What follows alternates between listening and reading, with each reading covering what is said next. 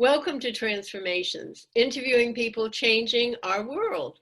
I'm your host, Diane J. Shaver, and as you know by now, every world changer that I interview is just someone who had something touch them deeply, and they stepped up and they did something about it. They didn't start out to start a movement, but it happened. So I want to remind you that we all have that power within us. We all can do something to make this a better world because it's something that we feel deeply about. So today I have someone as my guest who found something that really touched her. And it's a non-for-profit called Going Places, but it's focused on fun. So please help me welcome Katie Blomquist from Going Places. Welcome, Katie. Thanks for having me.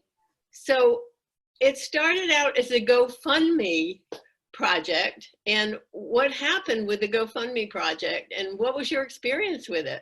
So I was a teacher at a low-income, high-poverty elementary school here in, it was actually in North Charleston, and I taught first grade, and a little boy named Jawan asked me for a bike on his birthday. And I just thought, oh my gosh, I was so saturated in this environment, knowing kids didn't have beds and socks and books and those types of things, but I never thought about the things that bring us most joy in life and these memories that we kind of share as a society and I think take for granted. And I thought, how could, he's missing out on this. And that was like my whole childhood. And so I started asking around other kids in my class and soon realized that most of them didn't have a bike. And so I couldn't leave anybody out. So I did a GoFundMe to get all 650 kids in my school a bike. And that went truly viral. I was a guest on the Steve Harvey show, and Lester Holt flew out a camera crew and covered it. And Steve Harvey ended up donating $20,000 when I was on his show, and it was in Time Magazine. And it was Women's World and National Examiner, truly viral. And so I decided I was ready to leave teaching. I was already kind of looking at other ways I could have an impact, but it wasn't in the classroom. I realized I couldn't bond with the kids when you're like on this insanely regimented, schedule. It was at recess when I could actually get to know them, and I felt I was making a bigger impact. So it was the perfect stepping stone, and I founded the nonprofit Going Places because I had this national following, and since it had gone viral, we had more than enough funds to, I could get paid my same teacher salary and do it full time. And so it's been exactly 3 years. And we've given in that time now, by the end of this year, we will have given over 2,000 bikes, and we've raised over $250,000 in that time as well. Wow, that's amazing. Why do you think that this touched people so deeply? Why was there that response? What do you think is going on in us humans that makes us respond that way? Yeah, I think the reason it went viral is because it was this memory most of us share. If you poll a room, 99% of the people in that room grew up with a bike. And the small percent that didn't really understand what it was like to not have one. And so I think it touched people in the way that I was able to connect with them in a way they didn't expect. Because when we usually hear about charities, it's for the basic needs that are people should still continue to give them, but it's food, clothing, shelter, water. But we forget that joy is a piece of our social emotional health. It is a basic need too. So I think it just kind of was like, oh my gosh, not every kid has a bike. Oh, I didn't think about that. It was it hit a chord in people where I was able to connect with them because it's a memory most of them share. Yeah, and why is joy important? What does that do for people? Yeah, there are lots of studies that have shown the effects that joy has on a person's life and how it can truly build confidence, and it's a piece of your social emotional health.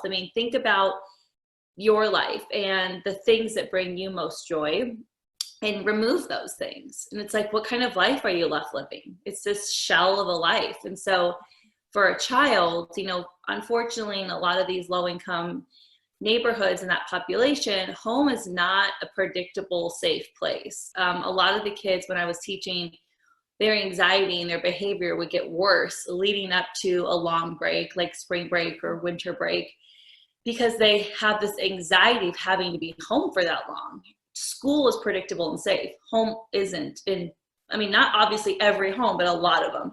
And so to know that they could have something that is bringing them joy and happiness, and it's for them, it's freedom and escape from these homes. It's something to own of value that can build confidence. And it's a sense of restored innocence when oftentimes that's been taken in a variety of ways. So it provides all those things for a person. And then imagine when, you're cultivating what type of human you'll become when you're a child, to not have that essential piece of having confidence and having freedom and independence and all these things, happiness, that's really going to affect what type of adult they become. Absolutely. And have you tracked any of these kids? Do you have stories about them and what the bike has done for them?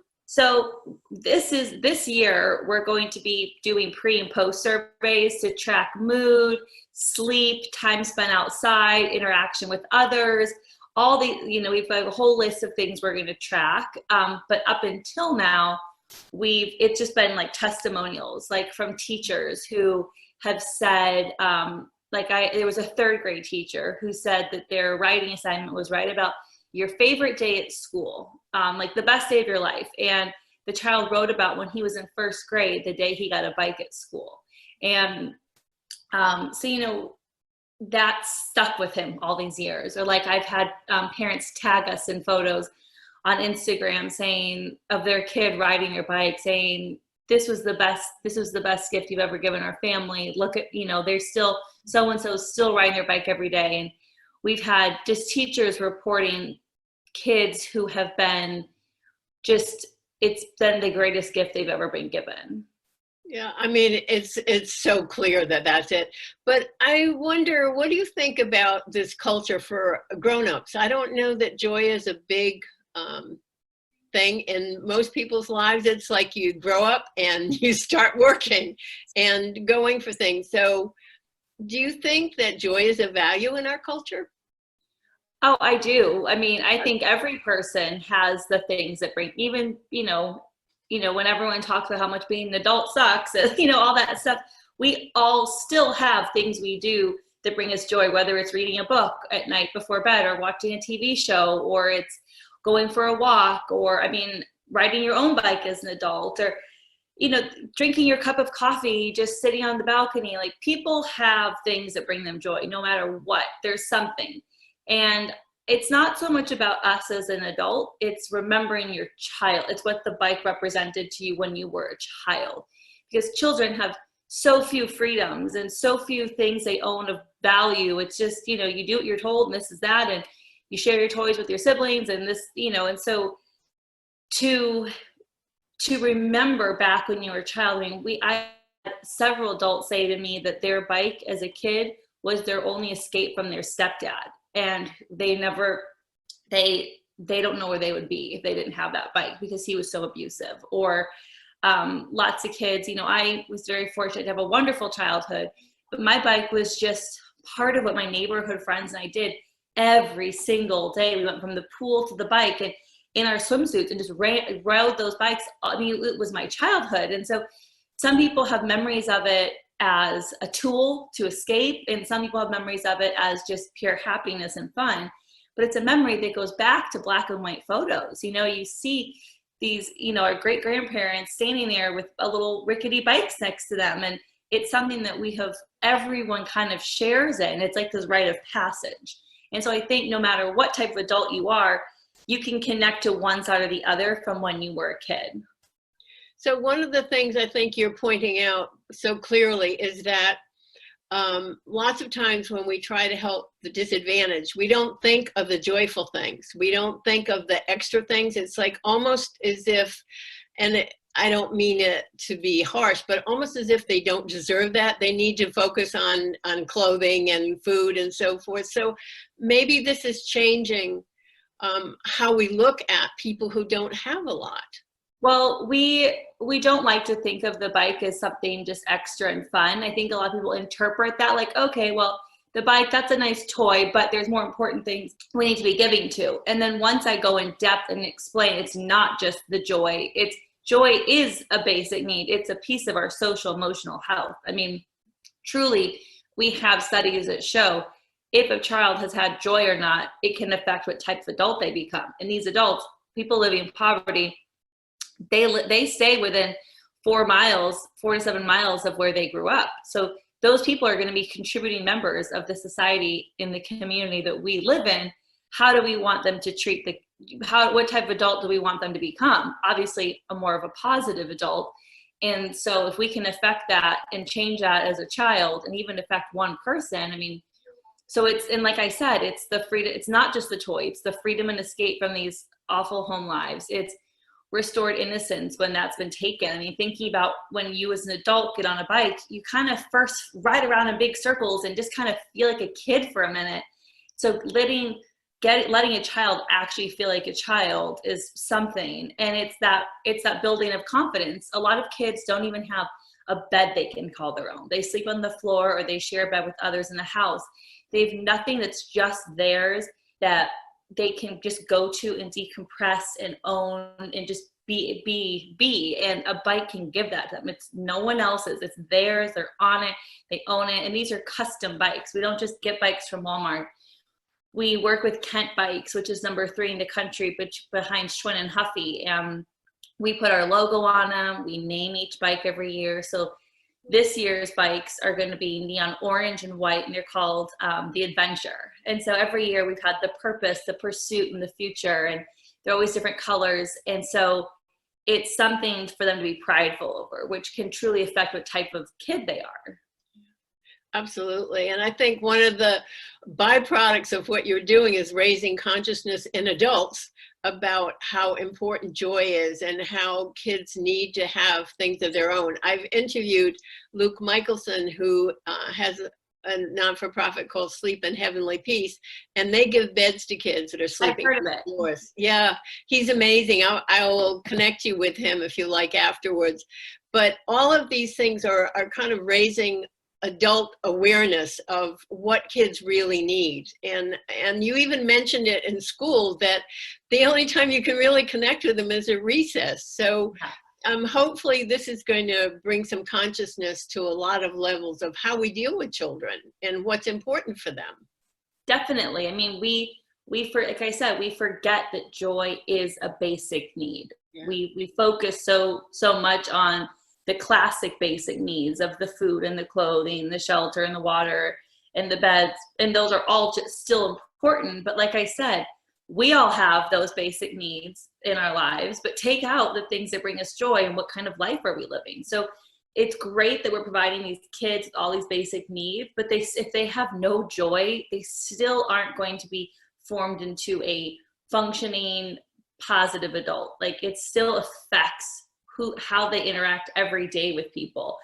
And that can affect what type of adult they become. And so something as simple as a bike, and then just the obvious things of exercise and transportation, those are things we don't even mention because they're the obvious things, it's the things that we don't realize the bike provides that we want to highlight. Yeah, it would be interesting. I mean, this isn't in your purview, but it would be interesting to find out people who commit crimes, and I'm thinking of school shootings or something, what their childhood was like and whether they had joy in their childhood. And right. That would have made a difference. And I bet there's a correlation. Well, I think a lot of those kids a lot of them grew up in great homes. They had more like mental illness issues and stuff. So I think that might be a whole other thing, but yeah. It varies. I mean, there's some but it's worth kind of looking at as well. Mm-hmm. So you added costumes. Tell us about that. That's kind of cool. Yeah. So again, talking about those basic childhood joys, we forget that a lot of kids can't afford Halloween costumes. I mean, they're not $5, $10 like they were 30 years ago. Costumes are expensive, even the ones at Walmart. And so having been a first grade teacher, and personally, I love Halloween. And so, all of October, we're talking about Halloween and what are you going to dress up as and how we're so excited. And then the dress up day would come, and so many kids in my class would come in uniform. And I was like, where's your Halloween costume? You were so excited. And they would just kind of shamelessly say, my mom says we have no money to buy one. And I just thought, oh my gosh, I wish I had known. So I prepared finally by my last year teaching, and I went and got about 23 costumes from cleared out all the Goodwills, and emailed the whole school and said, if you have any kids not in costume, I have from toddler to, adult sizes, send into my classroom. And they were all taken up by the end of the day. And so many parents emailed me saying, I have 3 kids in that school, and I couldn't afford to buy them all costumes, but now like they all can switch them around each year, and we have costumes now, like, thank you. And this year, we collected, the past 2 years, we've collected 1,000 costumes each year. And we're able to go into the schools with all the costumes on clothing racks, and any kids not on the dress up day, and any kids not in costume got to come outside and pick one out. And, there was some 4th and 5th grade teachers that emailed me and said, this was one of my students' first time ever having a Halloween costume. And they're 10 years old, and they've never gotten to dress up. And just, I can't, that is just a simple, easy thing. We don't even put any money into that program. They're just, families buy Halloween costumes. Their kid wears it once for a few hours, and it sits in a bin in the closet. So people just donated their old costumes. Lots of people went and bought us costumes too, but it's such a simple way to really make it, some of my favorite memories as a kid were Halloween. And so again, no kid should miss out on that. Yeah, I think that's so wonderful. And also there's shame attached to that when a kid doesn't have something that other kids have. So that's right. It also addresses that, which is absolutely wonderful. So how is that going to grow? Each thing seems to grow. And I wanted to go back to the bicycle thing. How did you kind of hook up with this bicycle company? What happened with that? So we used to use a local bike shop who acted as a manufacturer, and we custom made these bikes. And then by switching to the national company, it took off over $10,000 from how much the bikes cost. And he had reached out, the owner of Kent Bikes had reached out to me, because it was just, it was in every single, it was Yahoo Top News, like you couldn't miss this story. And so he reached out to me and said that he had $4 locks and $6 helmets he could sell us. And helmets are like $25. And so we've been working with him forever just doing that. And then when we were ready to make the switch to them, he came to us and he said, we want to do the bikes with you, and we can offer you these even cheaper, and we're making the exact same bike. So it was a no-brainer. And so it's been a great relationship. How wonderful is that? So how do you name the bikes? How do you know what the bike is going to be this year, and the color, and how do you do all that?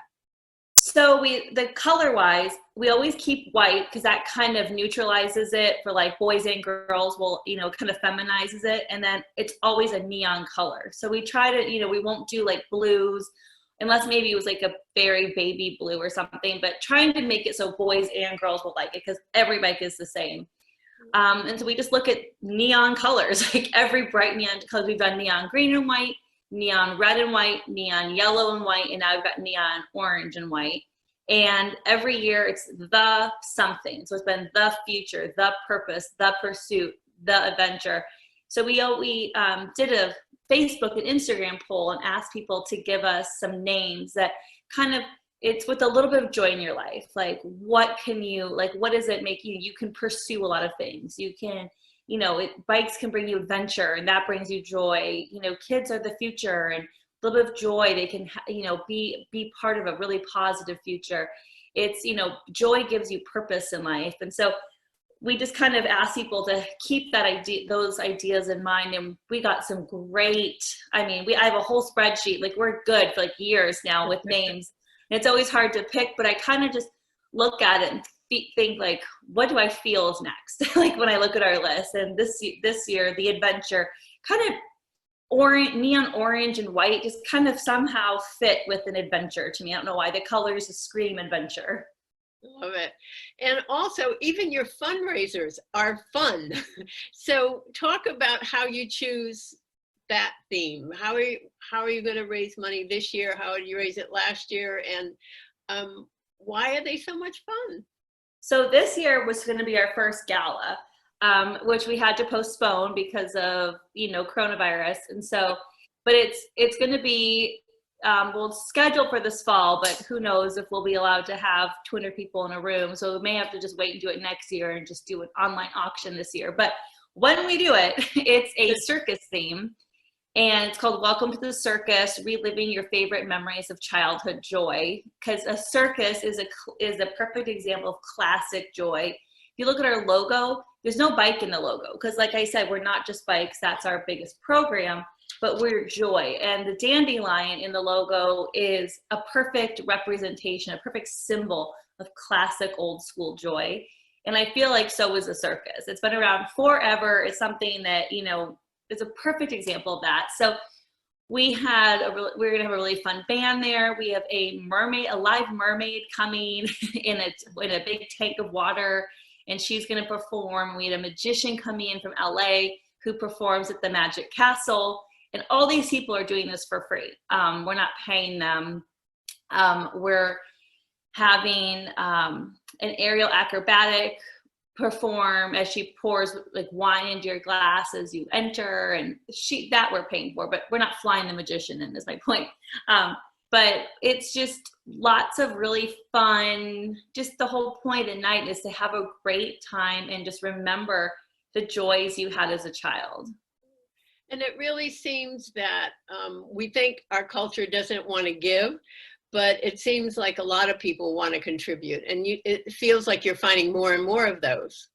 Yeah, we've been very lucky to have kept up not only local media attention, but national media attention over these 3 years. We've had national media fly in to cover our bike reveals every year on some level, as well as local. And because I think it's something different. It's not the same type of charity you see all the time. And so people really are connecting with it because it is something different, and it's something that it's not like, oh, I haven't had experience with a bike. Like, everyone has experience with riding a bike. And so it's really hitting people in that, like, I couldn't imagine my childhood without it. I don't want another child to grow up without it. So it's something that's different that keeps people interested. It's so wonderful. And talk about some of the other fundraisers that you've had for adults. I mean, they look like fun too.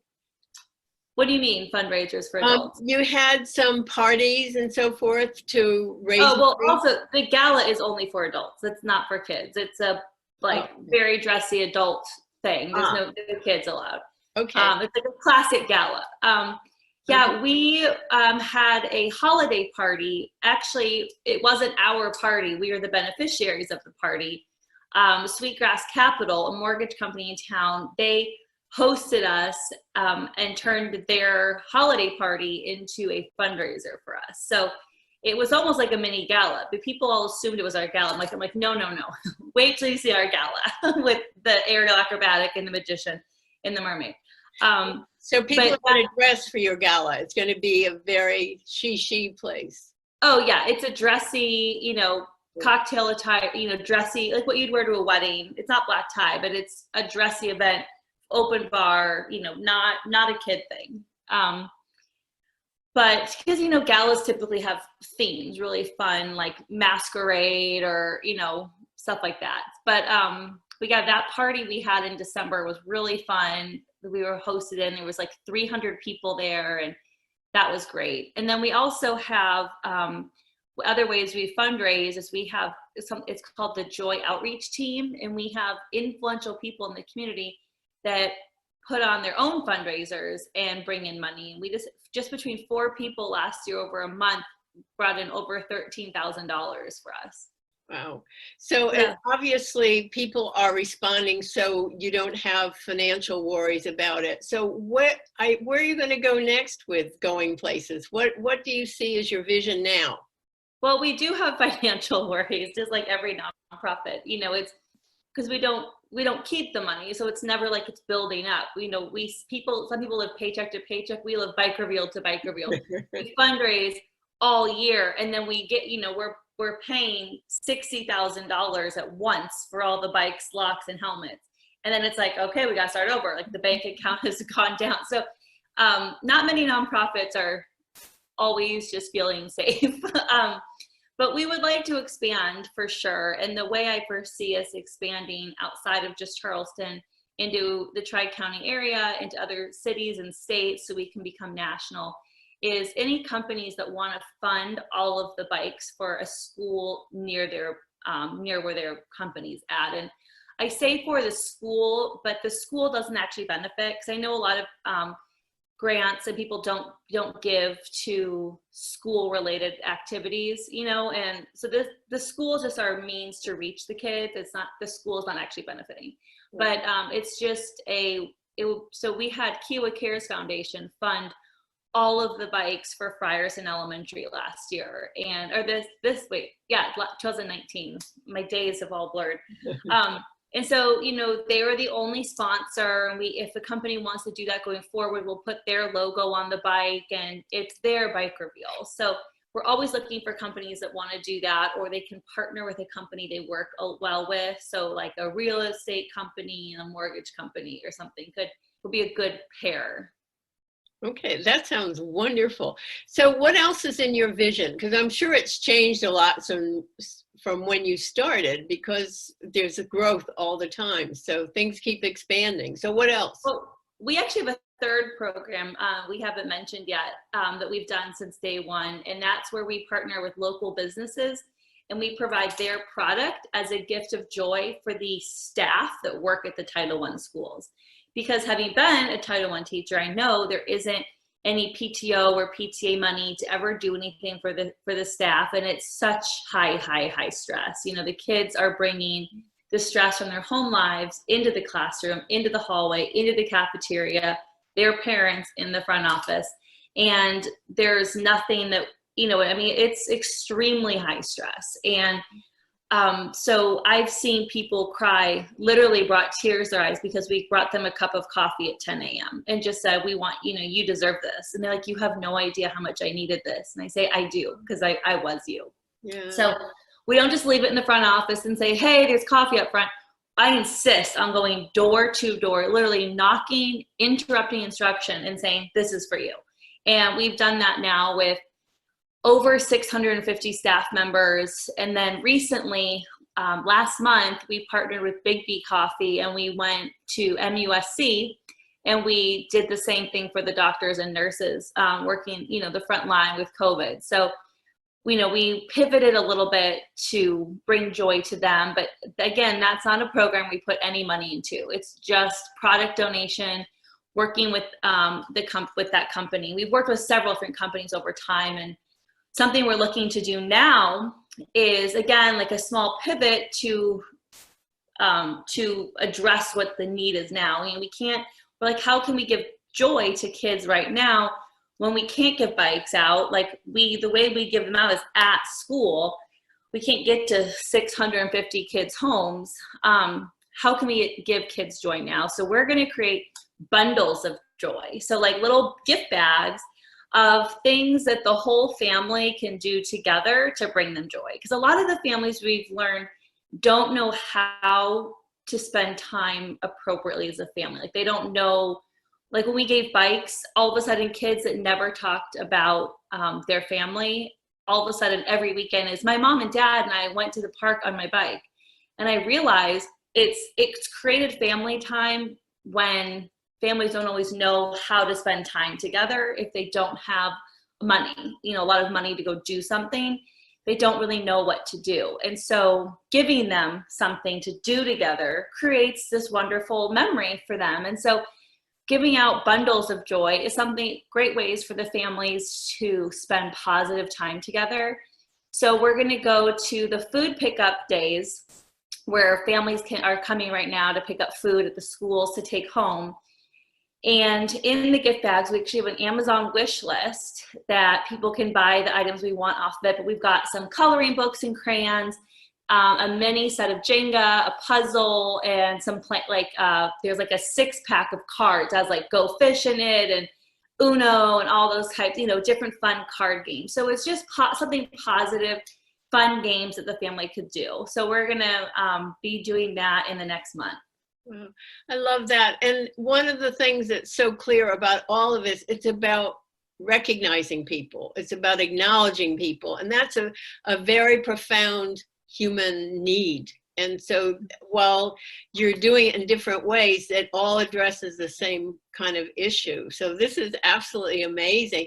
And what I love with this too is that you're always thinking of something new. So I'm sure if we talk in another year, there'll be more things. Oh yeah, I mean, my vision is like huge. Like I want to be able to provide access to swim lessons and like revamp, playgrounds at Title I schools. But all of this, we have to. That's what my board is very good at doing, is pulling me back and saying, let's just continue to build what we have. So I've been able to, be allowed to do all 3 programs because I'm like, we have to do costumes. We have, but it would, I ideally would love to have all these other programs. I think that's another level that, you have to be at when you have a ton of funds coming in.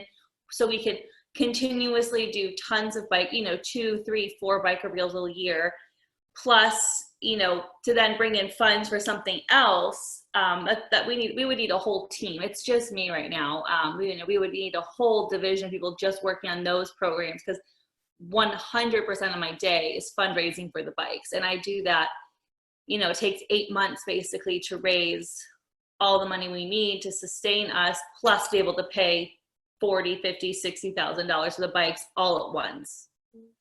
So you're the vision keeper and you're the person making things happen. That's kind of a hard way to be, but eventually you will just be the vision keeper, which will be wonderful. And it sounds like you're well on your way there, even though it might not seem like it at some time. I know.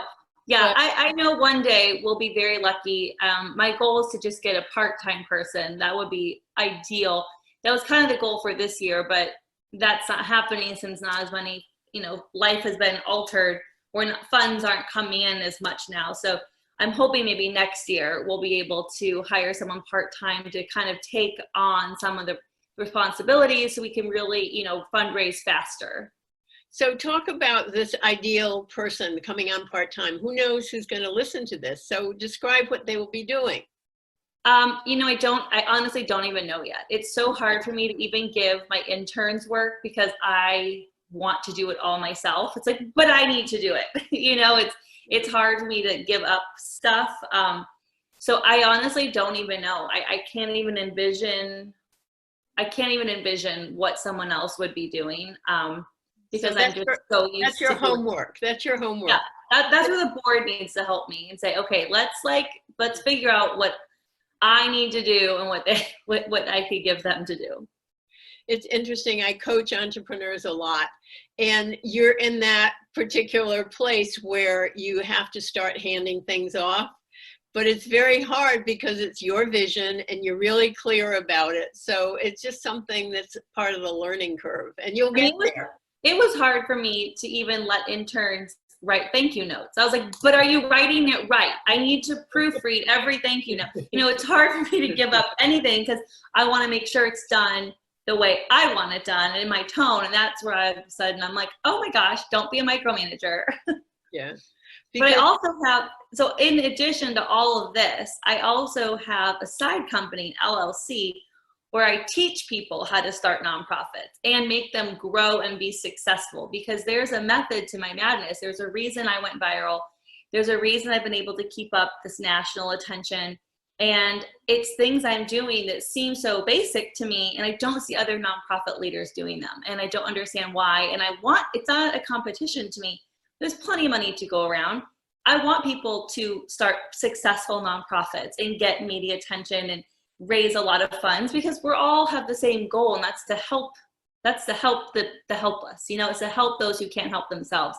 And so It's been really great. It's an online course, and I take you step by step, month by month, through your first 7 months of starting your nonprofit, telling you exactly what to do, when to do it, how to do it, where to find it, providing every single downloadable template you would ever need, agendas for your board, how to build your board. I mean, everything you would need so you can actually start raising money quickly, take the guesswork out, and fast track your nonprofit. So that's been helpful for people too.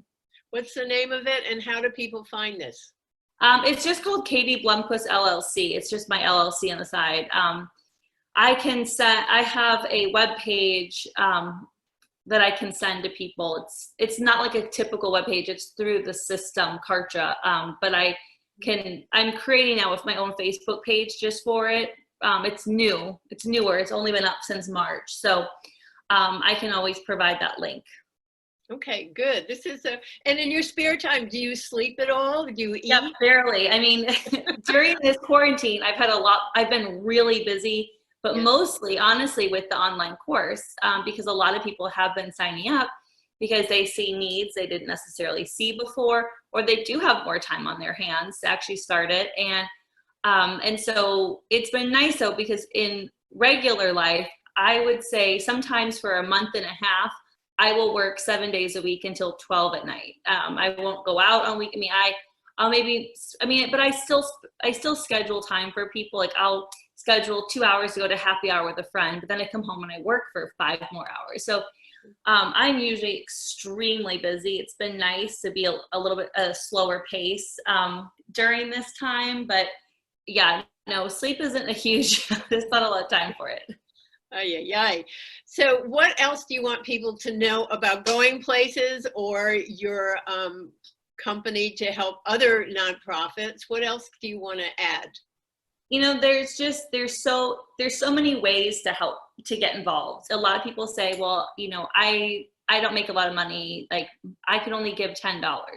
Well, they don't realize that $10 could buy a lock and a helmet. You know, it's every dollar. We are a small nonprofit. We're not a multi-bazillion dollar nonprofit where you have no idea where your funds go. Or they just go to something called research and you don't really know like how am I paying for that? Like you don't know where your money is going. You know where your money is going with us. We are extremely transparent and it's just me running things. So every dollar really counts and it goes right here locally. And then you can also volunteer. If you truly can't even give, you know, the $10, volunteering is another. We need people to build 500 bikes and then load 500 bikes in and out of a truck. We need help with that. I mean, I can't do that physically myself. And so that's extremely helpful. Signing up to volunteer on our website and just sharing our social media posts. It's exposure you should never take for granted because that's how people know about you and that's how people get invested in you and follow you. So you never know who in your network might be interested in donating or volunteering. And so just sharing a simple post could go a really long way. It only takes one person. And then another great way is like, you know, signing up to be a monthly donor. If it's even $5 a month, you know, that over time really builds up for us and is really valuable. So even to someone like $5, that's what a Starbucks coffee once a month. So something as simple as that and what may seem minimal to them is really big for us. Yeah. And it's true. And I think people really want to help. So I'm not surprised that they're starting to step up more. And this time, in a way, is good because it allows you to focus more on social media where people are looking for things to do so they don't go crazy. So for all of you folks who are stuck at home, you can help Going Places. You have something to do that's fun. So. Yeah, people can create their own fundraisers.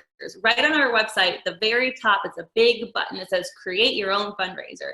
And now is a great time. You could do a virtual fundraiser. It's a great way for kids to get involved. We just had 3 kids do virtual fundraisers for us where one of them drew homemade art and mailed out to everyone that donated. And another child for every dollar that was donated, he rode his bike a one lap around the block and would like video it and like upload it. And so there's so many fun ways. If you know your child, if they love like putting on performances at home, people could buy tickets, like donate like $10 and tune into a live Zoom, and the child could do a performance, and that'd be a great way to raise money for us. They could help make dinner, and people could pledge money for every night they help. Like there's just so, wash the parents' car, mow people's lawns. Like there's so many different ways that kids could give back and, you know, use this time at home positively for kids that aren't as lucky as they are.